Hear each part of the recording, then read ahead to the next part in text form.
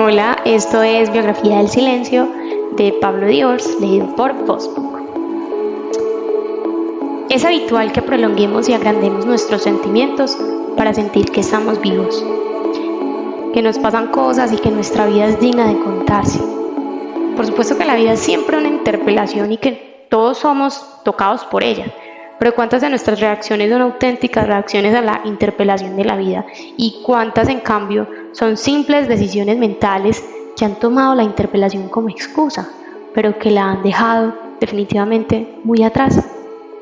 En mi opinión, nos inventamos nuestros estados de ánimo en una gran medida. Somos responsables de nuestro estar bien o mal. Esas prolongaciones artificiales de las emociones pueden controlarse y hasta abortarse gracias a la meditación, cuyo propósito real, tal y como yo lo entiendo, es enseñar a vivir la vida real y no la ficticia. Las emociones no son más que la combinación de determinadas sensaciones corporales con determinados pensamientos. El estado anímico, una emoción más o menos prolongada. Las emociones y estados anímicos tienen su propio funcionamiento, pero si nos lo proponemos, nosotros somos infinitamente más poderosos que ellos. Podemos no secundar una emoción, podemos hacer frente a un estado de ánimo, podemos crear el estado de ánimo que deseemos, podemos escoger qué papel representar en la función o incluso no representarlo.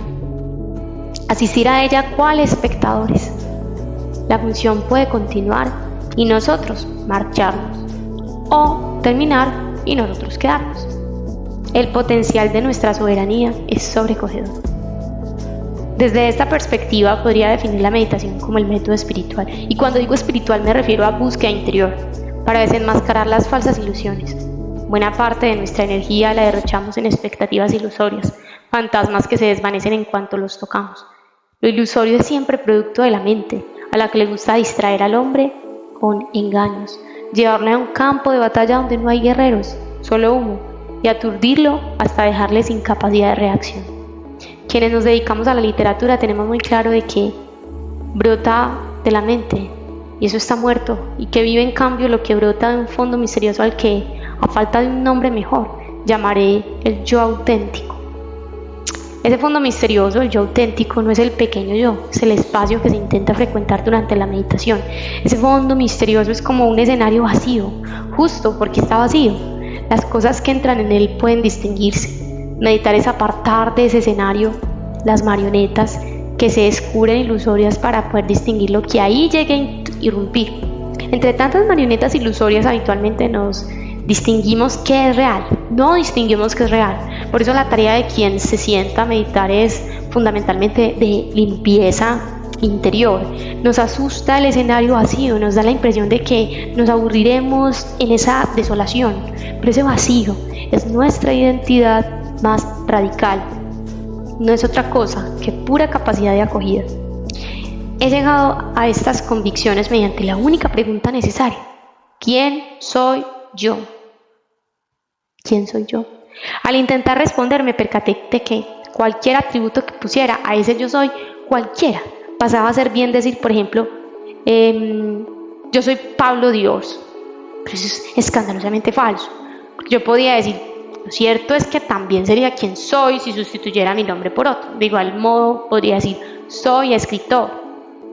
Pero entonces, ¿significaría eso que yo no sería quien de hecho soy si no escribiera? ¿O soy cristiano? En cuyo caso dejaría de ser yo mismo si renegase mi fe. Cualquier atributo que se ponga al yo, aun el más sublime, resulta radicalmente insuficiente. La mejor definición de mí a la que hasta ahora he llegado es yo soy, simplemente yo soy. Hacer meditación es recrearse y holgar en ese yo soy. Esa holganza y recreación, si procede por los cauces oportunos, produce el mejor de los propósitos posibles: aliviar el sufrimiento del mundo. Uno se sienta a meditar con sus miserias para, gracias a un proceso de expiación interna, llega a ese yo soy, y uno se sienta con el yo soy para alimentar la compasión. Pero no es sencillo llegar a ese punto, puesto que nunca terminamos de purgar. Todo el mundo parece sediento de alguna cosa, y casi todos van corriendo de aquí para allá buscando encontrarla y saciarse con ella. En la meditación se reconoce que yo soy sed, no solamente que tengo sed, y se procura acabar con esas locas carreras o al menos ralentizar el paso.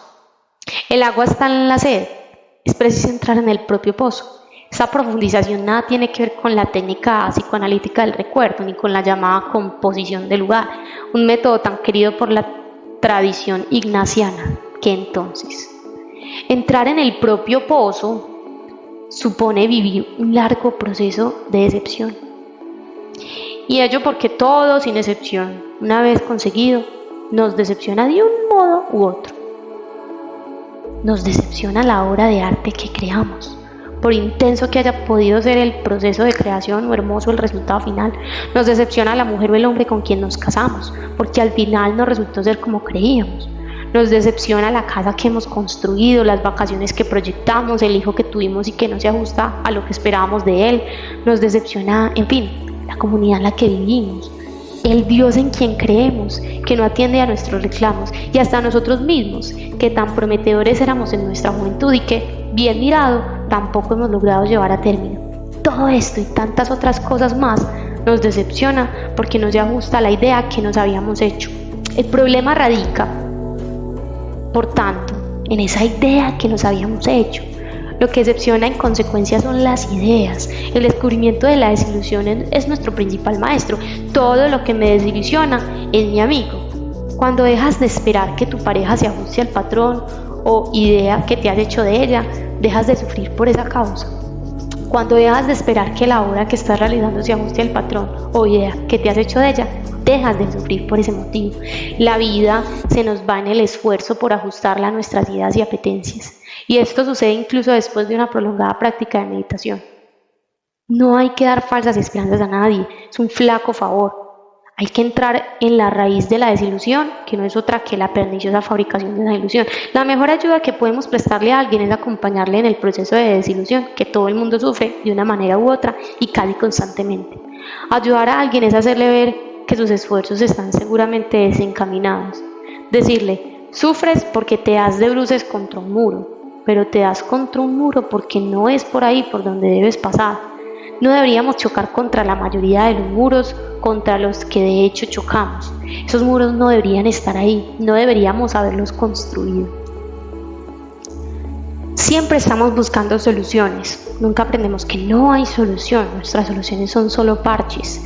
Y si vamos por la vida de parche en parche, pero si no hay solución, en buena lógica es que tampoco hay problema, o que el problema y la solución son la misma y única cosa. Por eso lo mejor que se puede hacer cuando se tiene un problema es vivirlo. Nos batimos en duelos que no son los nuestros, naufragamos en mares por los que nunca deberíamos haber navegado, vivimos vidas que no son las nuestras y por eso morimos desconcertados. Lo triste no es morir, sino hacerlo sin haber vivido. Quien verdaderamente ha vivido siempre está dispuesto a morir, sabe que ha cumplido su misión. Todas nuestras ideas deben morir para que por fin reine la vida, y todas, quiere decir todas, también la idea que podamos habernos hecho de la meditación. Yo, por ejemplo, empecé a meditar para mejorar mi vida, ahora medito sencillamente para vivirla. Si lo pienso bien, nunca vivo tanto como cuando me siento a meditar, porque no es que viva más cuando medito, pero sí más conscientemente. La conciencia, como ya he dicho, no es otra cosa que el contacto con uno mismo. Así que meditar es para mí estar conmigo, mientras que cuando no medito no sé en verdad dónde estoy. No se trata fundamentalmente de ser más feliz o mejor, lo que viene por añadidura, sino de ser quien eres. Estás bien con lo que eres, eso es lo que se debe comprender. Ver que estás bien como estás, eso es despertar.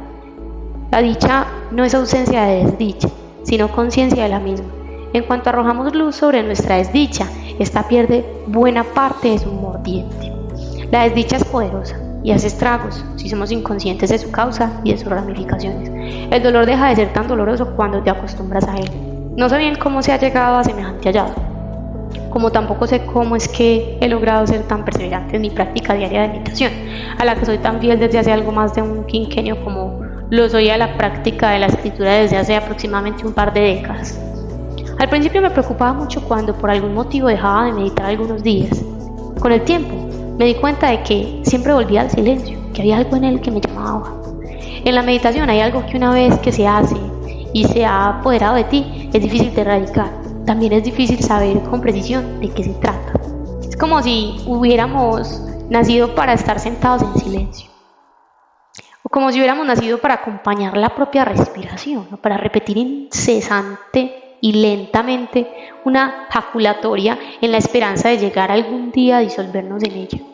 El silencio es una llamada, pero no una llamada personal, como decimos los cristianos que hemos sentido haber sido elegidos para una singular ocasión, sino una llamada puramente impersonal. El imperativo a entrar no se sabe a dónde, la invitación a despojarse de todo lo que no sea sustancial en la creencia de que desnudamos nos encontramos mejor a nosotros mismos. Algo o alguien dice dentro del hombre: enmudece, escucha. Uno nunca puede estar seguro de haber oído realmente esa voz, pero si de hecho enmudece y escucha con regularidad, es que probablemente la ha oído. De no ser así, no encontraríamos las fuerzas para enmudecer y escuchar. La promesa de la meditación es la más misteriosa de cuantas conozco, pues no es una promesa nada en particular, ni a la gloria, ni al poder, ni al placer. Quizás sea una promesa a la unidad, o una especie de costosa serenidad, o a la lucidez, o palabras. El silencio crea cierta adicción. Tiene una primera fase, primerísima, de encantamiento. ¡Qué paz! ¡Qué bien se está! Nos decimos: por fin silencio. Pero bastan pocos minutos, o en el mejor de los casos horas, para que esa agradable sensación de disipe y el silencio muestre su cara más árida, el desierto. Aquello que uno tiene que recapitular o decirse puede ventilarse en la mayoría de los casos en un tiempo relativamente breve. Pero lo que menos importa de la experiencia del desierto es que nosotros creemos tener que decirnos importa por contrapartida lo que el silencio quiere decirnos a nuestro pesar. Así como el espectador a quien disgusta un espectáculo puede abandonar su butaca y sencillamente marcharse, el verdadero hombre de meditación permanece en su puesto, aun cuando la película que se proyecta en su interior no le agrade en absoluto. Sobre todo entonces debe permanecer. Somos tan misteriosos que llega el momento en que hasta eso que nos disgusta llega a entretenernos y a divertirnos. Sin quitar su carácter doloroso y frustrante, esa molesta película interior también puede considerarse divertida bajo cierto punto de vista. Resulta divertido comprobar cómo luchamos por convertirnos en nosotros mismos. ¿Divertido? Pues sí. Verse de verdad a uno mismo es realmente fascinante y divertido. Al fin y al cabo, por eso vamos al cine o leemos novelas, para que nos cuenten cómo somos, para identificarnos con el protagonista. O eres consciente de tus enfados, de tus nervios, de tus preocupaciones, o los nervios, la preocupación o el enfado te dominarán. Es así de sencillo. Si no piensas en ellos, ellos pensarán por ti y te llevarán donde no quieres. Pregúntate por qué estás enfadado, de dónde ha brotado tu preocupación, cómo es que has empezado a estar nervioso. Comprobarás que esa indagación resulta curiosa y hasta divertida. Ser lo que uno es ha pasado a convertirse en el máximo desafío. La práctica de la meditación a lo que me estoy refiriendo puede seguramente resumirse en saber estar aquí ahora, no otro lugar, no otro tiempo. Eso significa que se trata de una práctica de reunificación, de reunión. Queremos estar con nosotros.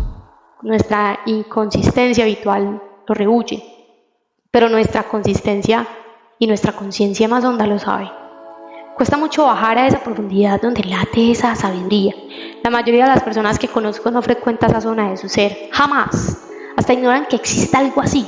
También hay quien se mofa de quienes hablamos en estos términos. Estos últimos son, por lo general, ratas de biblioteca. Solo han leído y no han vivido. Piensan que el mundo cabe en una categoría mental. La meditación en silencio y la quietud es el camino más directo, radical, hacia el propio interior. No recurre a la imaginación o a la música, para poner un par de ejemplos, como sucede en otras vías. Y eso requiere un temple de soldado y una firme determinación. No es excepcional que quien se decida por una meditación tan dura y seca como aquella de la que estoy hablando haya pasado por otras muchas disciplinas espirituales de búsqueda interior, y tampoco es excepcional. Según he podido constatar, que muchos salgan espantados tras las primeras sentadas. ¿Y por qué? Porque se trata de algo muy físico y muy sobrio.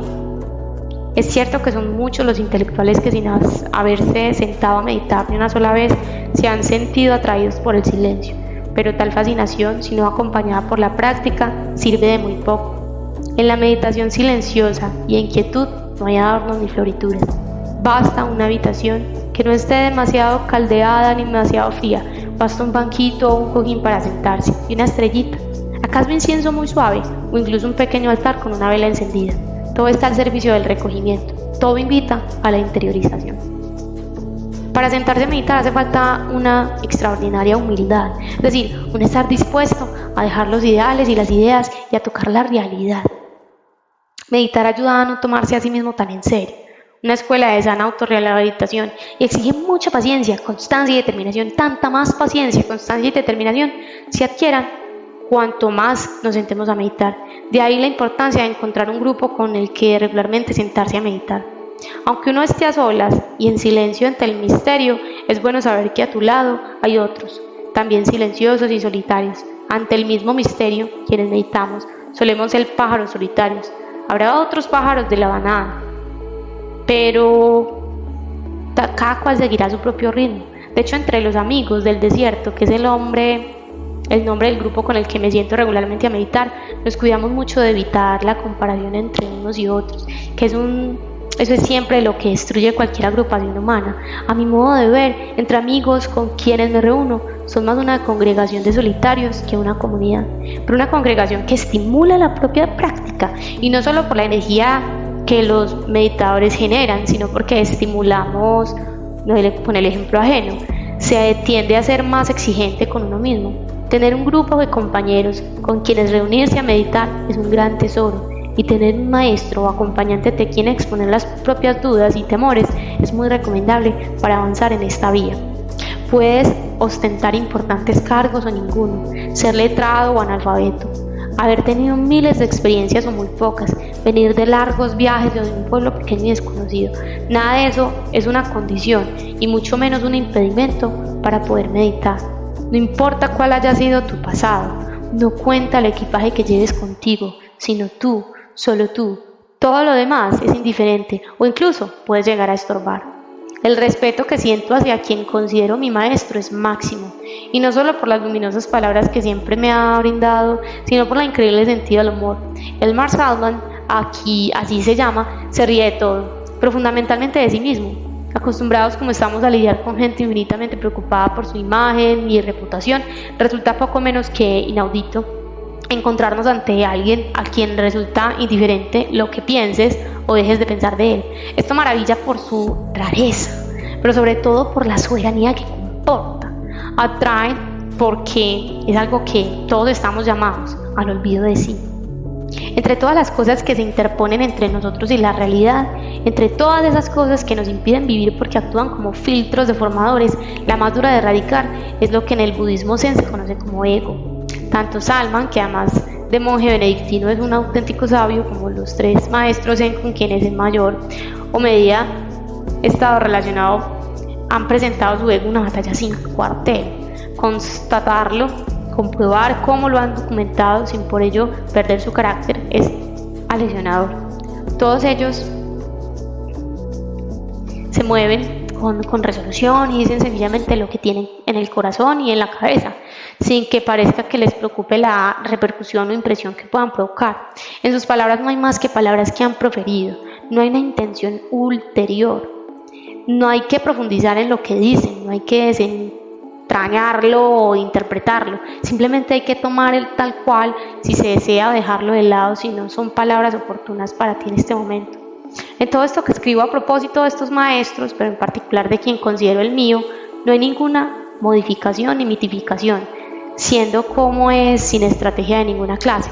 Salman pone a las claras que yo no soy aún quien verdaderamente soy, sino todavía alguien demasiado artificioso e innecesariamente complejo. Sin embargo, nunca he salido avergonzado de mí tras haber mantenido con él una conversación. Diría más bien que es algo rejuvenecido. Diría que el simple hecho de colocarse ante una persona auténtica rejuvenece. Nuestros coloquios o entrevistas nunca han transcurrido en términos éticos o morales, como es bastante habitual en el catolicismo, sino puramente fenoménicos.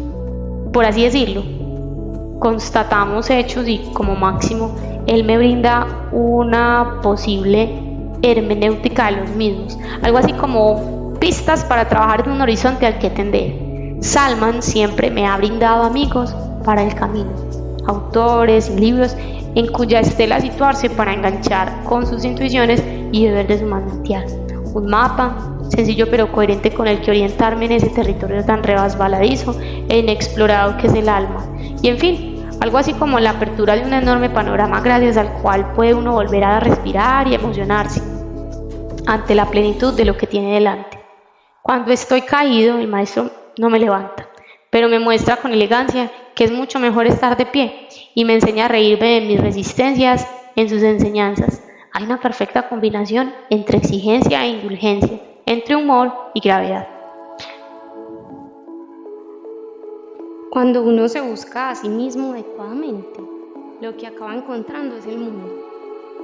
En verdad, yo no cambio jamás, o cambio muy poco, pero cambia el modo en que me enfrento conmigo mismo, y eso es capital.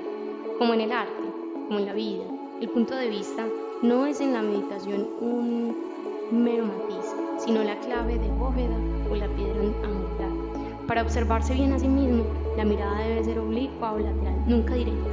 Tendemos a escaparnos de nosotros mismos cuando nos miramos directamente. En oblicuo, en cambio, como queriendo engañar al yo al que miramos, ese yo sustancial permanece más tiempo y podemos reparar en él, siendo por fin conscientes de que lo que observamos es así como he aprendido que lo que realmente buscamos es al buscador, y que en una meditación bien realizada todo se desvanece o esfuma menos precisamente aquel que observa. Es el observador, el testigo de lo permanente.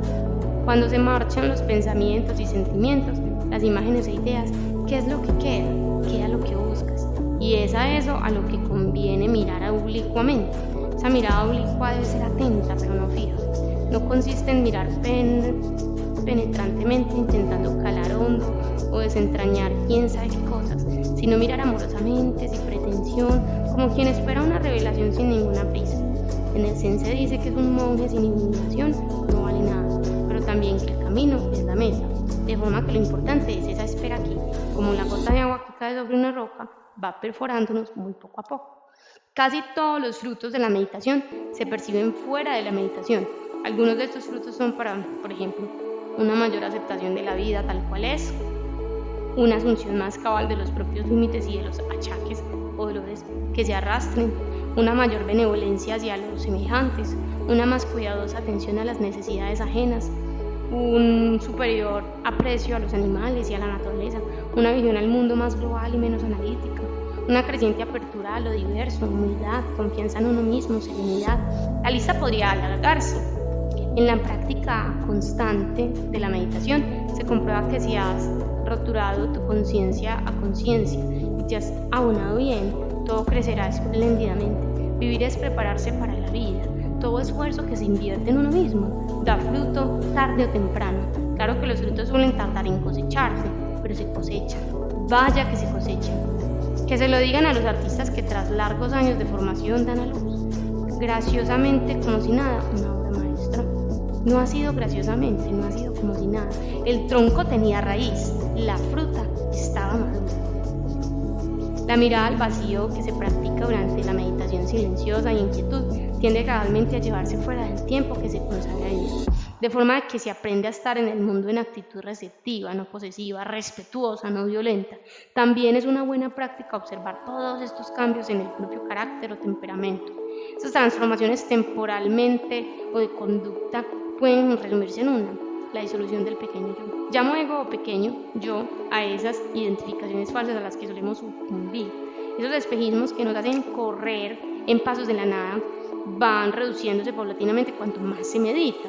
Es obvio que ese pequeño yo se resuelve y se revuelve y se resiste, y es obvio que nuestro falso yo atiende trampas al verdadero para que las cosas se queden como están, y es obvio por último que con frecuencia hay pasos hacia atrás, porque el ego siempre reaparece, aunque transformado, pues nace y nadie puede vivir sin él. Una de las principales amenazas de todo este proceso de purificación interior radica en la creencia, sostenida en realidad por quienes nos han meditado o lo han hecho muy poco, que toda esa preocupación por el yo no sirve para ayudar a los demás. A este respecto diré algo que he afirmado con frecuencia y que suele sorprender. La ideología del altruismo se ha colado en nuestras mentes occidentales, sea por la vía del cristianismo, sea por la del humanismo ateo. En el budismo zen, por el contrario, parece estar muy claro que el mejor modo para ayudar a los demás es siendo uno mismo, y que es difícil, por no decir imposible, saber qué es mejor para el otro, pues para ello habría que ser él o ella y estar en sus circunstancias. Dicho con mayor profundidad y rotundidad, todo ayuda a cualquier tú es puramente voluntarista o superficial hasta que no se descubre que yo soy tú, que tú eres yo y que todos somos uno. Lo más acertado parece ser, en consecuencia, dejar que el otro sea lo que es. Creer que uno puede ayudar es casi siempre una presunción. En el Zen ya enseña a dejar a los demás en paz, porque poco de lo que les sucede es realmente asunto tuyo. Casi todos nuestros problemas comienzan por meternos donde no nos llaman. Es evidente que para un occidental todo esto puede sonar muy cómodo y hasta irreal, pero nada más lejos de la realidad. Permanecer donde a uno le corresponde no es tarea fácil. Ir solo a donde realmente se nos llama es más complicado de lo que parece a primera vista. Si somos sinceros, reconocemos que pocas personas son las que nos han ayudado de verdad. Si bien son muchas las que lo han intentado o dicen haberlo intentado, en el Zen no se intenta nada. Se hace o no se hace, pero no se intenta. Y hay en el Zen, como en el taoísmo en general, una singular preferencia por el no hacer, convencido como está de que buena parte de las cosas en este mundo funcionaría mejor sin la intervención humana, que tiende a violentar un ritmo natural o a crear efectos secundarios en incalculables proporciones. Lo gracioso, por no decir patético, es que el hombre está montado en la vida y pretende salir ileso de ello. Tal pretensión es chapotear en el barro sin embarrarse, ciertamente ilusoria. Y es que cuanto más intentamos evitar los embates de la vida, tanto más se empeña está en que nos percatemos de que lo que es o puede llegar a ser. Puesto que estamos en la vida, vivámosla. Eso parece lo más sensato. Si hemos de aprender a nadar, es mejor que nos lancemos al agua y que no pasemos demasiado tiempo pensándonos en la orilla. Ese es exactamente nuestro problema en la vida. Los titubeamos, los miedos, las dudas sistemáticas, el temor a vivir. Siempre es más inteligente lanzarse a la aventura. La meditación desenmascara nuestros mecanismos de protección, los proyecta en tamaño gigante en la pantalla de nuestra conciencia, nos muestra todo lo que hemos perdido por culpa de las salvaguardas fomentadas por las convenciones sociales y presiones de todo género. Como cualquier otro método serio de análisis interior, la meditación silenciosa y en quietud subraya la falacia de atribuir al otro lo que solo a nosotros corresponde. En realidad basta querer algo con la suficiente intensidad para conseguirlo. Suena a utopía, pero nada hay tan indestructible como un hombre convencido. Ningún obstáculo es infranqueable cuando es verdadera fe. La meditación fortalece esa fe y con mirada ardiente derrite a los obstáculos que encuentra en el camino como si fueran bloques de hielo incapaces de resistirse al fuego de una pasión. Uno debe sentarse a meditar, dispuesto a entregarlo todo, como un soldado que acude a la guerra, completamente solo, que a la hora de la verdad es así como estamos, solos. Al final de un camino siempre estamos solos y a veces también en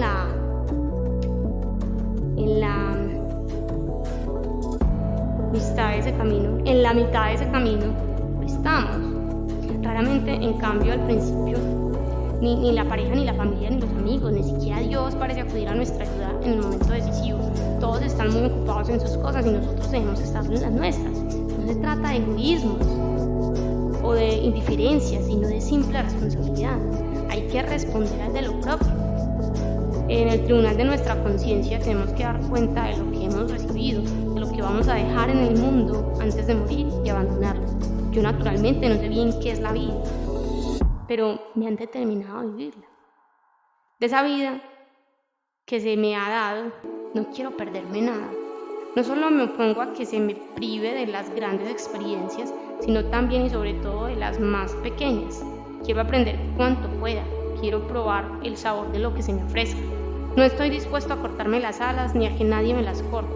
Tengo más de 40 años y sigo pensando en volar por cuantos cielos se me presenten, surcar cuantos mares tenga ocasión de conocer y procrear en todos los nidos que quieran acogerme. Deseo tener hijos, plantar árboles, escribir libros, deseo escalar las montañas y bucear en los océanos, oler las flores, amar las mujeres, jugar con los niños, acariciar a los animales. Estoy dispuesto a que la lluvia me moje y que la brisa me acaricie. a tener frío en invierno y calor en verano. He aprendido que es bueno dar la mano a los ancianos, mirar a los ojos de los moribundos, escuchar música y leer historias. Apuesto por conversar con mis semejantes, por recitar oraciones, por celebrar rituales. Me levantaré por la mañana y me acostaré por la noche, me pondré bajo los rayos del sol, admiraré las estrellas, miraré la luna y me dejaré mirar por ellas. Quiero construir casas partir hacia tierras extranjeras, hablar lenguas, atravesar desiertos, recorrer senderos, oler las flores y morder la fruta, hacer amigos, enterrar a los muertos, acunar a los recién nacidos. Quisiera conocer a cuantos muertos y maestros puedan enseñarme y ser maestro yo mismo. Trabajar en escuelas y hospitales, en universidades y en talleres, y perderme en el bosque, correr por las playas, mirar el horizonte desde el acantilado. En la meditación escucho que no debo privarme de nada, puesto que todo es bueno. La vida es un viaje espléndido, y para vivirla solo hay una cosa que debe evitarse: el miedo. De todos los demás que conozco, el mejor de ellos es la vida misma. ¿Quién puede resolverlo? La vida es todo menos segura, pese a nuestros absurdos intentos para que lo sea. O se vive o se muere, pero quien decida lo primero debe aceptar el riesgo. Estamos a la mesa, ante el tablero, todo se ha conjurado para que cojamos el cubilete y lo agitemos y echemos los dados. Me entristece pensar que hay muchos que tienen ese cubilete entre sus manos y que hasta llegan a agitarlo, pero sin permitir que esos dados, juguetones y ruidosos, salgan disparados y rueden sobre el tablero.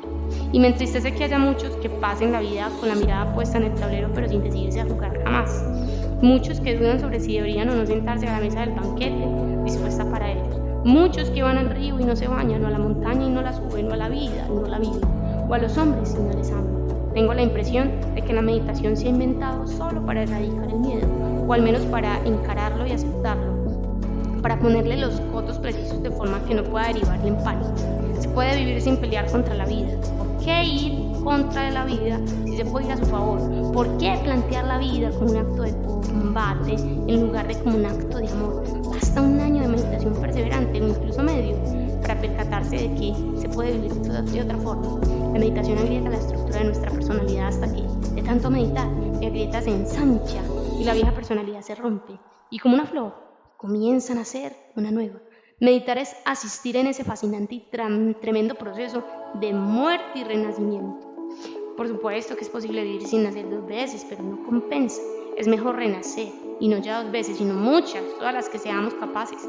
¿Cuántas vidas caben en una? Eso es importante porque la magia de los inicios no la tienen los desarrollos. Hay algo único en toda génesis, una fuerza, un impulso, lo más decisivo de cualquier actividad. También de una senta de meditación es el comienzo, la disposición inicial, la energía que se imprime, el aliento o el entusiasmo primero. Siempre que sufrimos algún embate serio en la vida, estamos llamados a renacer de nuestras cenizas o a reinventarnos. Imagínate por un momento lo que más deseas e imagínate también que no lo consigues. Pues bien, puedes ser feliz sin conseguirlo. Eso es lo que da la meditación. La frustración puede elaborarse creativamente, sin resignación. Todos podemos desear cosas, pero sabiendo de que nuestra realización humana no depende de la consecución de las mismas, en realidad voy comprendiendo que siempre sucede lo que tiene que suceder. Lo que sucede es siempre lo mejor de lo que podría haber sucedido. El devenir es mucho más sabio que nuestras ideas o planes. Pensar lo contrario es un error de perspectiva y la causa última de nuestro sufrimiento y de nuestra infelicidad. Solo sufrimos porque pensamos que las cosas deberían ser de otra manera. En cuanto abandonamos esta pretensión, dejamos de sufrir. En cuanto dejamos de imponer nuestros esquemas de la realidad deja de presentarse adversa y propensa y comienza a manifestarse tal cual es. Sin el patrón valorativo que nos impide acceder a ella misma, el camino de la meditación es por ello el del desapego, el de la ruptura de los esquemas mentales o prejuicios. Es unirse desnudando hasta que se termina por comprobar que se está mucho mejor desnudo. Estamos tan lamentablemente apegados a nuestros puntos de vista que si pudiéramos vernos con cierta objetividad, sentiríamos vergüenza y hasta compasión por nosotros mismos. El mundo tiene graves problemas por resolver y el ser humano está, por lo general, embebido en problemas minúsculos que ponen de manifiesto su cortedad de miras y su incorregible mezquindad. El principal fruto de la meditación es que nos hace magnánimos, es decir, nos ensancha el alma. Pronto empiezan a caber en ella más colores, más personas, más formas, más figuras. En realidad, tanto más noble es un ser humano, cuanto mayor sea su capacidad de hospedaje o acogida. Cuanto más vacíos estemos de nosotros mismos, más cabrá dentro de nosotros. El vacío de sí, el olvido de sí, está en proporción directa con el amor a los demás. Cristo y Buda son en ese sentido los modelos más insignes que conozco. El apego es completamente independiente de aquello a lo que se está pegado. Podemos sentir apego hacia nuestra madre, pero también hacia un simple cuaderno. Y ese segundo apego puede ser incluso más visceral que el primero. El apego tiene que ver con el aparato ideológico que rodea lo que tenemos y sobre todo a nuestra manera de tener o no tener. La meditación es una manera para purgar el apego, de ahí que no sea agradable en primera instancia, solo atravesada en vía purgativa o también una meditación en una vía iluminativa, pero el camino merece la pena recorrerlo aun cuando no se llegue a una gran iluminación. La simple purgación, y no simple, comienza y compensa. En el fondo da igual si se avanza mucho o poco, lo importante es avanzar siempre, perseverar, dar un paso cada día. La satisfacción no se obtiene en la meta, sino en el camino mismo. El hombre es un peregrino, un homo viator, es la meditación y estoy aprendiendo que nada es más fuerte que yo si no me apego a ello. Por supuesto que las cosas me tocan, los virus me infectan, las corrientes me arrastran, las tentaciones me tientan, por supuesto que tengo hambre si no como, sed si no bebo, sueño si no duermo, por supuesto que soy sensible a la caricia de una mujer, a la mano extendida de un mendigo, al lamento de un enfermo, al grito de un bebé. Una vez tocado o infectado, tentado o arrastrado, una vez enamorado o afligido, soy yo quien decide, como Señor, cómo vivir esa caricia o esa bofetada, ese grito, ese gemido, cómo reaccionar a la corriente y responder en ese reclamo. Mientras pueda decir yo, soy el Señor, soy también criatura, desde luego, pero tengo una conciencia que sin dejar mi condición de criatura me eleva a un rango superior. Ningún hombre se perderá irremediablemente si frecuenta su conciencia y viaja por su territorio interior. Dentro de nosotros hay un reducto en el que podemos sentirnos seguros, una ermita, un escondite en el que cobijarnos porque ha sido preparado con ese fin. Cuanto más entra ahí, más se descubre lo espacioso que es y lo bien equipado que está. Allí en verdad no falta nada, es un sitio en el que muy bien se puede morar. Al principio, por su oscuridad, para guiarse por ese refugio se precisa de una linterna, pero luego nosotros y nuestros ojos se van acostumbrando a las tinieblas y al cabo ni siquiera se comprende cómo. Para estar ahí pudimos un día necesitar la luz artificial. Está todo tan claro, todo resulta tan luminoso. En el país de la propia conciencia hay muchas moradas. Es como un castillo con muros, torrones, puentes levadizos. Es como una isla, o mejor, como un archipiélago.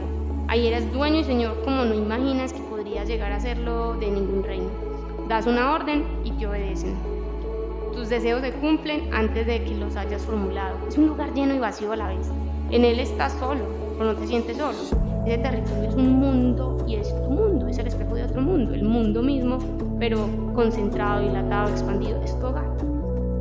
Esa casa tan grande y hermosa en la que somos, y yo soy eso, tú eres eso. Lo sepamos o no, somos los señores de todo un reino. La extensión de nuestros dominios es formidable y triste, la inconsciencia con la que regentamos. La meditación fortalece la necesaria desconfianza en el mundo externo y la imprescindible confianza en nuestro verdadero mundo, que solemos desconocer. Si meditamos, nuestras facciones se suavizan y nuestra expresión se transfigura. Seguimos aquí en esta tierra, pero es como si ya ni perteneciéramos a ella. Habitamos en otro país, frecuentado, y atravesamos los campos de batalla sin ser heridos. No es que las flechas no se nos claven o las balas no se nos hundan en nuestras carnes, pero si nos derrumban esas balas, ni esas flechas hacen que brote la sangre. Salimos de esos campos de batalla, acribillados pero vivos, caminando y sonriendo porque no hemos sucumbido y nos hemos demostrado nuestra eternidad. Meditamos para ser más fuertes que la muerte. Nadie sabe muy bien cómo es la conciencia de los seres humanos porque nadie ha recorrido todos sus dominios. Algunos han llegado muy lejos en sus exploraciones, muchos se han quedado en las puertas. La mayoría desconoce que existía un territorio así, como un microcosmos. Todo lo de fuera está bien ahí, el universo, las galaxias, los árboles, los manantiales, todo sin excepción tiene ahí su puesto. Los ríos, las montañas, los senderos y los precipicios, los juegos de infancia, los sueños, la juventud. En ese espacio puedes perderte sin angustia. Das un paseo, estás lejos, 1000 y sigues cerca. Es el jardín del estupor y de la maravilla. Dentro de nosotros hay un testigo. Leemos o no juego, ese testigo está siempre ahí. Meditar es darle entrada, reanimarlo. Si le miramos, nos mira. Convivir con el testigo interior es mucho más inteligente que ignorarlo. Es en ese sentido en el que cabe decir que buscamos el buscado. Hay un yo auténtico que mira al otro yo falso. Vivir adecuadamente, meditar, supone permanecer en esa mirada sin pretensiones. Quien medita tarde o temprano se encuentra con ese testigo. Al principio se difumina y parece borroso, pero poco a poco sus contornos van siendo más nítidos, sin que nunca llegue el momento en que lo hayamos atrapado y podamos domesticarlo. Ese testigo hay que convocarlo en la meditación, pero sobre todo hay que esperarlo. Aparecerá entre las brumas a veces, luego volverá a esconderse. Más tarde, bastante más tarde, durante la meditación irá apareciendo lo que podríamos llamar el testigo del testigo. Es ahí ese testigo del testigo donde hay que permanecer al máximo tiempo posible. Alguien que soy yo me mira al yo aparente y alguien, quizá Dios, mira al yo que me mira. A ese testigo del testigo solo se accede en la meditación más profunda y no hay palabras para describirlo.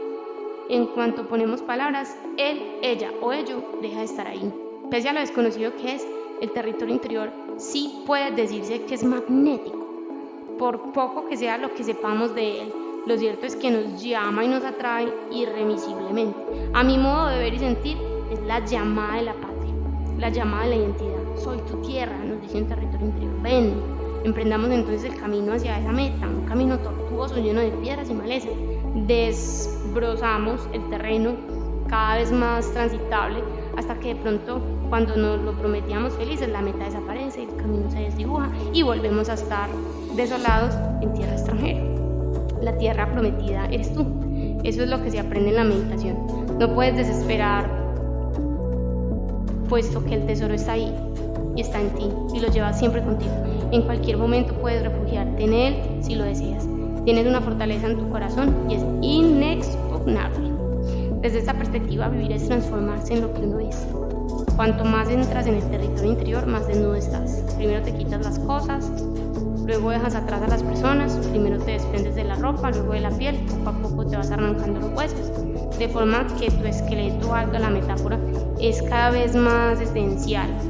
Cuando te lo has quitado todo, dejas al fin tu calavera atrás. Cuando ya no tienes ni eres nada, estás por fin en libertad. Eres el territorio interior mismo, no solo estás en tu patria, eres tu patria. Este recorrido puede hacerse en vida.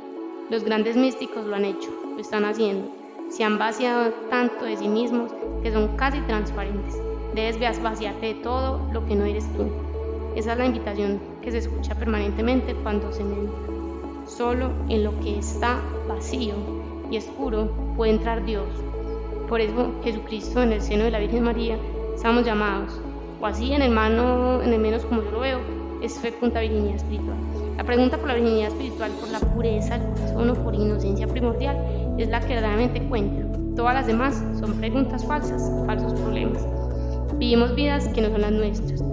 Respondemos a interrogantes que nadie nos ha formulado. Nos quejamos de enfermedades que no padecemos. Aspiramos a ideales ajenos y soñamos los sueños de otros. No hay exageración, eso es así. Casi todos nuestros proyectos de felicidad son quiméricos. Las ideas que decimos acariciar no son nuestras. Nuestras aspiraciones son las de nuestros padres. Y hasta nos enamoramos de personas que en verdad no nos gustan. ¿Qué nos ha pasado para sucumbir a semejantes imposturas? Persigo algo que en el fondo no deseo. Lucho por algo que me es indiferente. Tengo una casa intercambiable con la de mi vecino. Hago un viaje y no veo nada. Me voy de vacaciones y no descanso. Leo un libro y no me entero. Escucho una frase y soy incapaz de repetirla. ¿Cómo es posible que no me conmueva ante un necesitado? Que no responda cuando me preguntan, que siempre mire hacia otra parte y que no esté donde de hecho estoy. Ante esa absurda situación, yo voy a pararme, voy a pensar, a respirar y a nacer, si es posible. Por segunda vez, no estoy dispuesto a no bailar si suena la flauta, a no comer si me ofrecen un manjar o almacenar para mañana cuando hay quien no tiene para hoy. Tampoco estoy dispuesto a creerme el ombligo del mundo, ni a suponer que lo mío es lo mejor, ni a martirizarme con problemas diminutos o dolores imaginarios. Resulta lamentable haber llegado a este punto de inconsistencia e inconsciencia y idiotez, a este punto de insensibilidad, a este extremo de avaricia, de pereza, de vanidad. El mundo no es un pastel que yo me tenga que comer, el otro no es un objeto que yo puedo utilizar, la Tierra no es un planeta preparado para lo que yo lo explote.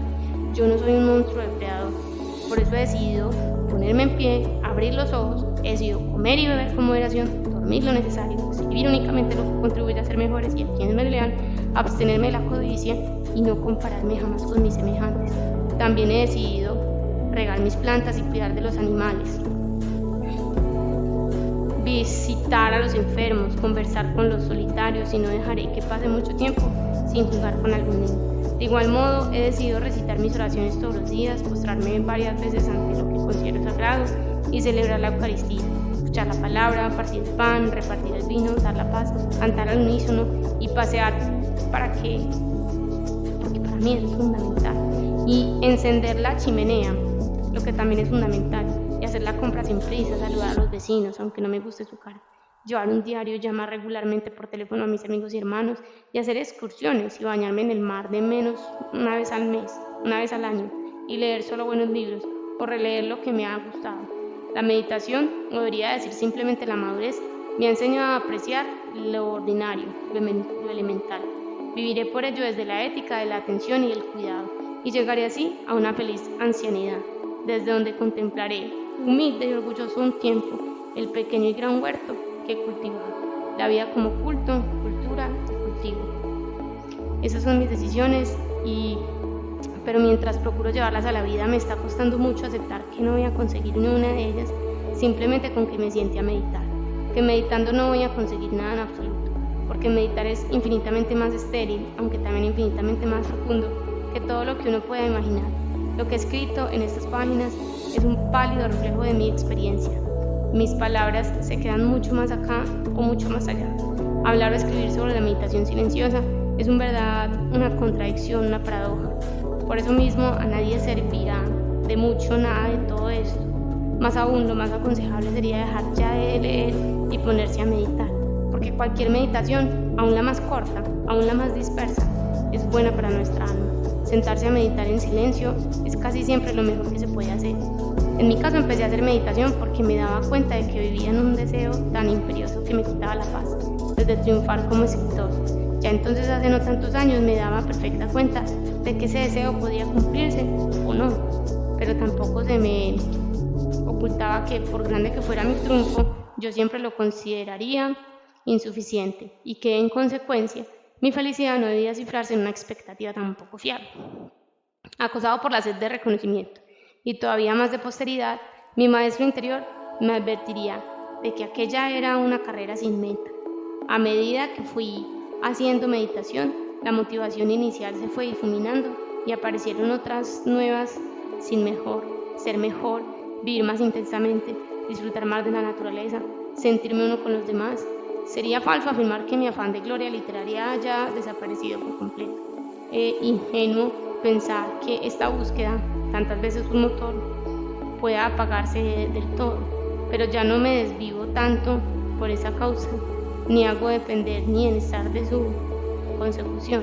Tengo el presentimiento, casi la convicción, de que en las letras, como en todo lo demás, triunfaré en la medida correspondiente de mis méritos. No se pregunte por qué. Todo esto significa que he perdido el utilitarismo con que comencé a meditar. Cada vez me centro más en la práctica misma y menos en los supuestos aledaños con que suelen adornarse para que no parezca tan seco, porque la sobriedad tiene su encanto, eso nadie va a negarlo, pero cuesta mucho encontrarlo. Aburre caminar por una estepa y mucho más entretenido hacerlo por un bosque o entre montañas. Mi meta no es hoy ser importante, ni siquiera ser alguien. Una aspiración de este género carece de sentido. Ya soy alguien, ya soy importante. Cuando haga meditación porque sí, sin más, empezaré a hacer la verdadera meditación. Mientras tanto, estaré acercándome y alejándome, flirteando con las cosas, bañándome y guardando la ropa. Para superar todo esto solo me hace falta un poco más de silencio, un poco más de meditación. Si he escrito estas páginas es precisamente para aumentar mi fe en el silencio, por lo que lo más sensato es que deje ya las palabras y me lance confiado a ese océano oscuro y luminoso que es el silencio. Batuecas, diciembre de 2010. Biografía del silencio por Pablo Diors, leído por Voz. Libro completo. Gracias por ver. Escúchalo, disfrútalo, suscríbete, compártelo y, más importante, aplícalo. Un abrazo. Chao.